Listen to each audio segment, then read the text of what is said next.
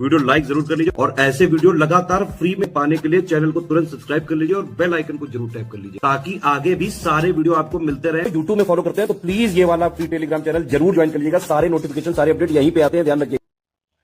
नमस्कार दोस्तों, exam preparation के यूट्यूब चैनल पर एक बार फिर से आप सभी का मैं प्रियंका बहुत बहुत स्वागत करती हूँ। आरओ री एग्ज़ाम के लिए हम लोग टेस्ट सीरीज सॉल्व कर रहे हैं जो कि डेली रात को 9 बजे आ रही है। उसी को फोकस करते हुए हम लोग आगे की क्लास कंटिन्यू कर रहे हैं। अगर आप न्यू हैं चैनल पर, ये क्लास डेली आप रात को 9 बजे देख सकते हैं, जिसमें आरओ का री एग्ज़ाम हो या यूपी पीसीएस हो, आप दोनों को टारगेट करते हुए यहाँ पर क्लास कर सकते हैं। ये आपको जो टेस्ट सीरीज दी जा रही है, अलग अलग मॉक टेस्ट हैं और उनसे जो इंपॉर्टेंट क्वेश्चन हैं वो मैं लेकर के करवा रही हूँ। तो मतलब आप इसमें सीरियल देख रहे होंगे कि बिल्कुल एग्जैक्ट सीरियल नहीं चल रहा होगा। 100 to 150 क्वेश्चन में लेकर के चलती हूँ और उसमें भी जो आपके क्वेश्चन नहीं आ सकते हैं वो मैं इनको स्किप कर देती हूँ, लेकिन जो मोस्ट इंपॉर्टेंट क्वेश्चन है वो मैंने रखे हुए हैं। तो डेली इस सीरीज को फॉलो कीजिए। इसमें ज़्यादातर प्रश्न वो मिलेंगे जो लेटेस्ट ट्रेंड रहा है एग्जाम पैटर्न का, जैसे कि क्रोनोलॉजी वाले क्वेश्चन, स्टेटमेंट वाले क्वेश्चन और स्टेटमेंट देकर के पूछना कि इनमें से कौन कौन से कथन सही हैं। ठीक है, इस तरीके के ऑप्शन दे दिए जाते हैं। हिस्ट्री हो, ज्योग्राफी हो, पॉलिटी हो, यूपी जीके हो, सारे सब्जेक्ट आप यहाँ पर कवर करेंगे। तो ध्यान से इस क्लास को देखिए। इसके साथ साथ आप टेस्ट सीरीज ज्वाइन करना चाहते हैं या पेड क्विज लेना चाहते हैं, कंप्लीट क्रैश कोर्स पाना चाहते हैं, इसके लिए आप स्टडी फॉर सिविल सर्विसेज का कोर्स ज्वाइन कर सकते हैं। ये पेड ग्रुप के लिए आपको नंबर्स प्रोवाइड किए गए हैं। व्हाट्सएप मैसेज के थ्रू या कॉल करके आप जानकारी ले सकते हैं। कोशिश कीजिए अभी जो आप पढ़ रहे हैं उसको रिवाइज कीजिए, साथ में अच्छे से प्रैक्टिस कीजिए। प्रैक्टिस के लिए आपको टेस्ट सीरीज अवेलेबल कराई जा रही है, जो कि आपको पता है जो अभी लेटेस्ट ट्रेंड रहा है यूपीपीएससी का और बदलता जा रहा है, तो उसके अकॉर्डिंग आप खुद को तैयार कीजिए। आप वही पैटर्न फॉलो कीजिए, ना कि आप अलग से ऐसा कंटेंट पढ़ रहे हो जो आपके एग्जाम के लिए इंपॉर्टेंट भी ना हो और आपका टाइम वेस्ट हो जाए। ठीक है, तो आपको अब इतना पता होगा, आप एग्जाम देते हुए इतना समझ गए होंगे कि आपको कैसा ट्रेंड और पैटर्न रहा है और कैसे आपको कंटेंट अपना चूज करना है। ठीक है, इसके अलावा मैं जानकारी देना चाहूँगी, अगर आप कोर्स लेना चाहते हैं स्टडी फॉर सिविल सर्विसेज का, तो ऐप डाउनलोड कर लीजिए। ऐप से आपको कोर्स मिल जाएगा, जिससे आप आसानी से परचेज कर पाएंगे और ज्ञानसर कूपन कोड अप्लाई करेंगे तो डिस्काउंट भी मिल जाएगा। जरूरी नहीं है आप कोर्स ही परचेज कर रहे हैं तभी आप तैयारी कर सकते हैं। अगर आप सेल्फ स्टडी कर रहे हैं तो टेस्ट सीरीज ले लीजिए, या फिर जो यूट्यूब पे स्टडी फॉर सिविल सर्विसेज का चैनल है उसे फॉलो करते रहिए, वहां पर आपको टेस्ट सीरीज प्रोवाइड की जा रही है। ठीक है, तो दोनों आपके पास ऑप्शन अवेलेबल हैं, आप जैसे भी मेहनत कर सकते हैं उससे तैयार कीजिए। इस चैनल पर आपको जीएस के जो इंपॉर्टेंट कंटेंट है, जैसे कि टॉपिक वाइज है, वो दोपहर 1 बजे आता है और रात को 9 बजे प्रैक्टिस कराई जा रही है। ठीक है, तो ये प्रैक्टिस की क्लास में कंटिन्यू कर रही हूँ। आप डेली ऐसे ही क्वेश्चन देख सकते हैं जो मोस्ट इंपॉर्टेंट है, और रेगुलर अगर आप इसको फॉलो कर रहे हैं ना, रिवाइज कर लेंगे डेफिनेटली, जैसे कि अभी पीसीएस के पेपर में भी क्वेश्चन थे और ऐसे आगे भी मिलेंगे आपको। ठीक, चलिए स्टार्ट करते हैं क्लास।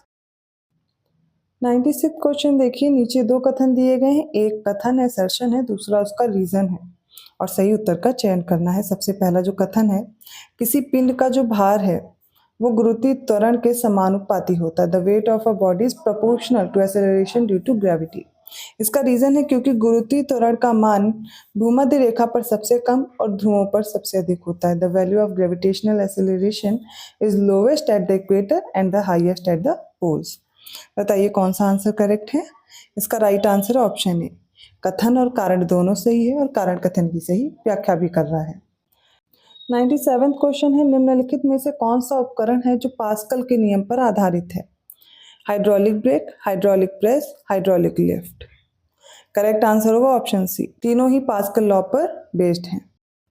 98 क्वेश्चन है, निम्नलिखित में से किस सिद्धांत के अनुसार जब किसी वस्तु को आंशिक रूप से या पूरी तरह से किसी तरल पदार्थ में डुबोया जाता है तो डुबोने पर वस्तु का वजन कम होता हुआ प्रतीत होता है? आर्किमिडीज का सिद्धांत, बर्नौली का, चार्ल्स का नियम या डॉपलर का नियम? इसका राइट आंसर होगा आर्किमिडीज प्रिंसिपल, क्योंकि इनके द्वारा बताया गया जब किसी वस्तु को आंशिक या पूरी तरह से डुबोया जाता है किसी तरल पदार्थ में तो डुबोने पर उसका वजन कम प्रतीत होता है। ठीक है, राइट आंसर ऑप्शन ए है। पहला स्टेटमेंट है 1 मेगावाट 10⁵ वाट के बराबर होता है। सेकेंड है पृथ्वी का जो पलायन वेग है वो 11.2 किलोमीटर पर सेकेंड है। थर्ड है 1500 डिग्री सेल्सियस से ऊपर का तापमान मापने के लिए पायरोमीटर का उपयोग करते हैं। करेक्ट आंसर देखिए 1 मेगावाट में 10⁶ मेगावाट होते हैं, इसलिए पहला इनकरेक्ट हो गया। पृथ्वी का पलायन वेग 11.2 किलोमीटर पर सेकेंड होता है और अगर 1500 डिग्री सेल्सियस से ऊपर का तापमान मेजर करना है तो पायरोमीटर का यूज करते हैं। राइट आंसर है ऑप्शन बी। अगला प्रश्न देखिए, पहला कथन है डिजर्ट कूलर वाष्पन शीतलन विधि पर आधारित है। Desert cooler is based on evaporation cooling method. Second है डायनेमो और इलेक्ट्रिक मोटर चुंबकीय प्रेरण पर आधारित उपकरण है।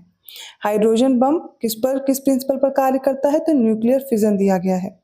और जो आकाशीय पिंड और रॉकेट का वेग है वो प्रकाश की गति से बहुत कम होता है। बताइए कौन से स्टेटमेंट करेक्ट है। इसमें देखिए थर्ड स्टेटमेंट इनकरेक्ट है, बाकी सारे सही दिए गए हैं, क्योंकि ये जो हाइड्रोजन बम है ये न्यूक्लियर फ्यूजन पर कार्य करता है, नाभिक परमाणु संलयन पर, ठीक है, ना कि नाभिकीय विखंडन। तो नाभिकीय संलयन पर कार्य करेगा, इसलिए यहाँ पर राइट आंसर क्या होगा, option B 1, 2 and 4 are correct. अगला प्रश्न देखिए 101st क्वेश्चन है, वॉशिंग मशीनें अपकेंद्रण अर्थात सेंट्रीफ्यूगेशन के प्रिंसिपल पर काम करती हैं। बॉल पेन जो है वो ग्रेविटेशनल फोर्स के सिद्धांत पर कार्य करता है। सर्दियों में पेंडुलम घड़ी तेजी से चलती है और दूध को मथने पर जो मलाई निकलना है वो सेंट्रीपिटल फोर्स का एग्जाम्पल है। बताइए कौन से स्टेटमेंट करेक्ट है। राइट आंसर है ऑप्शन ए, पहला, दूसरा, तीसरा स्टेटमेंट बिल्कुल करेक्ट है, चौथा गलत है। तो दूध को मथने पर जो मलाई निकालने का जो बल लगता है वो सेंट्रीपिटल फोर्स नहीं लगता है, वो कौन सा लगता है, सेंट्रीफ्यूगल फोर्स लगता है, अपकेंद्रीय बल लगता है। 102nd क्वेश्चन देखिए, पहला स्टेटमेंट है नाभिक में उपस्थित मूल कण प्रोटॉन और न्यूट्रॉन, इनको संयुक्त रूप से न्यूक्लियॉन कहा जाता है। नेक्स्ट है नाभिक में उपस्थित प्रोटॉनों की संख्या को परमाणु संख्या कहा जाता है। थर्ड है किसी परमाणु में उपस्थित न्यूक्लियॉनों की संख्या उसकी द्रव्यमान संख्या कहलाती है। देखते हैं इसका करेक्ट आंसर। तो पहला स्टेटमेंट क्या हो जाएगा, यहाँ पर करेक्ट है, दूसरा भी करेक्ट है, तीनों करेक्ट हो जाएंगे, इसलिए ऑप्शन सी राइट होगा। 103rd क्वेश्चन देखिए, निम्नलिखित में से किन यौगिकों में विद्युत संयोजी, सहसंयोजक तथा उप संयोजक तीनों प्रकार के बंध पाए जाते हैं। अमोनियम क्लोराइड, अमोनियम ब्रोमाइड और नाइट्रिक एसिड। ठीक है, बताना है किन में उप सहसंयोजक और सहसंयोजक बंध है। ठीक है, इलेक्ट्रोवैलेंट और कोवैलेंट बॉन्ड पूछे गए हैं। ठीक है, देखते हैं चलिए कि करके। इसका राइट आंसर होगा इसमें अमोनियम क्लोराइड और अमोनियम ब्रोमाइड, इसमें विद्युत संयोजी जिसको आप बोलते हैं इलेक्ट्रोवैलेंट, कोवैलेंट और इसमें इसके अलावा उपसह संयोजक जिसे बोल रहे हैं वो तीनों प्रकार के मतलब बंध इसमें पाए जाते हैं। इसके अलावा और आप देख लीजिए जैसे कि carbon monoxide, ozone, nitric acid जो हैं, इन यौगिकों में सहसंयोजक और उपसह संयोजक दोनों बंध पाए जाते हैं। ठीक है, तो सहसंयोजक और उपसह मतलब कि कोवैलेंट और कोऑर्डिनेशन बॉन्ड्स दोनों पाए जाते हैं किसमें, कार्बन मोनोऑक्साइड, ओजोन और नाइट्रिक एसिड में। लेकिन अमोनियम क्लोराइड और अमोनियम ब्रोमाइड में तीनों तरह के पाए जाएंगे। कौन कौन से, इलेक्ट्रोवैलेंट, कोवैलेंट और कोऑर्डिनेशन बॉन्ड्स। ठीक है, राइट आंसर यहाँ पे मैंने नहीं बताया, वो हो जाएगा ऑप्शन डी। 104th क्वेश्चन है, निम्नलिखित रासायनिक परिवर्तनों से संबंधित सही विकल्प का चयन करना है। कागज का जलना, भोजन पकना, कोयले का जलना, पानी का भाप में बदलना। रासायनिक परिवर्तन क्या होता है, जो पदार्थ होता है उसमें जो अभिक्रिया होने के बाद या कुछ जो ये प्रोसेस होती है, इन परिवर्तनों के बाद वो अपने मूल अवस्था में नहीं आ पाते, जबकि भौतिक परिवर्तन में फिर से पदार्थ मूल अवस्था में आ जाता है। तो कागज का जलना, क्या कागज जलने के बाद फिर से कागज बन पाएगा, नहीं, तो कैसा हो जाएगा, रासायनिक परिवर्तन। भोजन पकने के बाद फिर से वापस कन्वर्ट हो सकता है मूल रूप में, नहीं, भोजन पकना भी हो जाएगा। कोयले का जलना भी, ठीक है, तीनों क्या है, रासायनिक परिवर्तन। लेकिन पानी का भाप में बदलना नहीं होगा, क्योंकि भाप से फिर से पानी बन सकता है, तो अपनी मूल अवस्था में आ सकता है, और ये भौतिक परिवर्तन होगा या फिजिकल चेंज होगा। राइट आंसर है option B 1, 2 and 3 correct. 105th question देखिए, पहला स्टेटमेंट है ऐसे हाइड्रोकार्बन जिनमें दो कार्बन परमाणु द्विबंध से जुड़े होते हैं एल्कीन कहते हैं। Hydrocarbons in which 2 carbon atoms are linked by a double bond are called alkenes. Next है सोडा वाटर की बोतल खोलने पर निकलने वाली गैस कौन सी होती है, कार्बन डाइऑक्साइड। और पेट्रोल और डीजल के अपूर्ण रूप से जलने पर कार्बन मोनोऑक्साइड उत्पन्न होती है, और प्रथम विश्व युद्ध में कार्बन मोनोऑक्साइड गैस का यूज किया गया था। यहाँ पर देखिए पहला, दूसरा और तीसरा स्टेटमेंट सही है, चौथा गलत है, क्योंकि जो प्रथम विश्व युद्ध हुआ था, फर्स्ट वर्ल्ड वॉर, इसमें मस्टर्ड गैस का उपयोग किया गया था, ना कि कार्बन मोनोऑक्साइड। तो राइट आंसर क्या होगा, ऑप्शन ए होगा। 106th क्वेश्चन है, निम्नलिखित कथनों पर विचार करें। पहला, वेल्डिंग में हाइड्रोजन और एसिटिलीन का उपयोग किया जाता है। सेकंड है, फॉस्फीन का उपयोग स्मोक स्क्रीन बनाने में किया जाता है। थर्ड है, 90% सीसा रहित पेट्रोल और 10% अल्कोहल के मिश्रण को गैसोहॉल कहा जाता है। फोर्थ है, नाइट्रस ऑक्साइड को लाफिंग गैस बोलते हैं, nitrous oxide. Okay, right answer है ऑप्शन डी, सारे स्टेटमेंट करेक्ट है।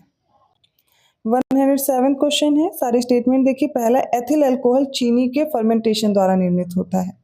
नेक्स्ट है जो मेथिल अल्कोहल, इसे वुड स्प्रिट बोलते हैं। और सिल्वर ब्रोमाइड का जो यूज है वो क्लाउड सीडिंग प्रक्रिया में करते हैं।